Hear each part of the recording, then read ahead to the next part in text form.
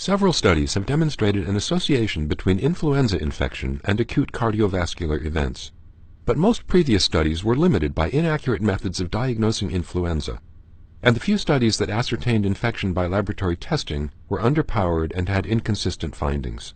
Canadian investigators have now carried out a self-controlled case series study with laboratory-confirmed influenza to assess its association with acute myocardial infarction.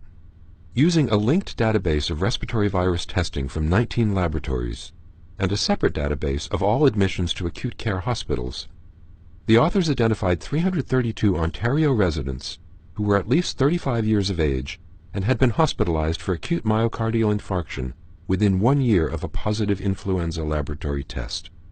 They then compared the incidence of hospitalizations for acute myocardial infarction during the risk interval, days 1 to 7 after a positive influenza test, with that during the control interval, the 52 weeks before the positive test and the 51 weeks after the risk interval.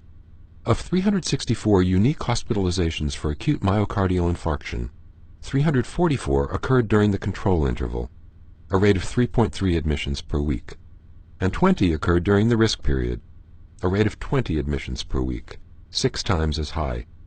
In contrast, similar increases were not observed during days 8 to 14 and days 15 to 28 after an index influenza case.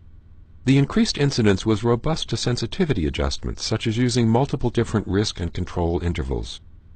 The authors also found a smaller but significantly increased incidence of acute myocardial infarction admissions after positive tests for respiratory syncytial and other viruses, and after respiratory illnesses without an identified virus.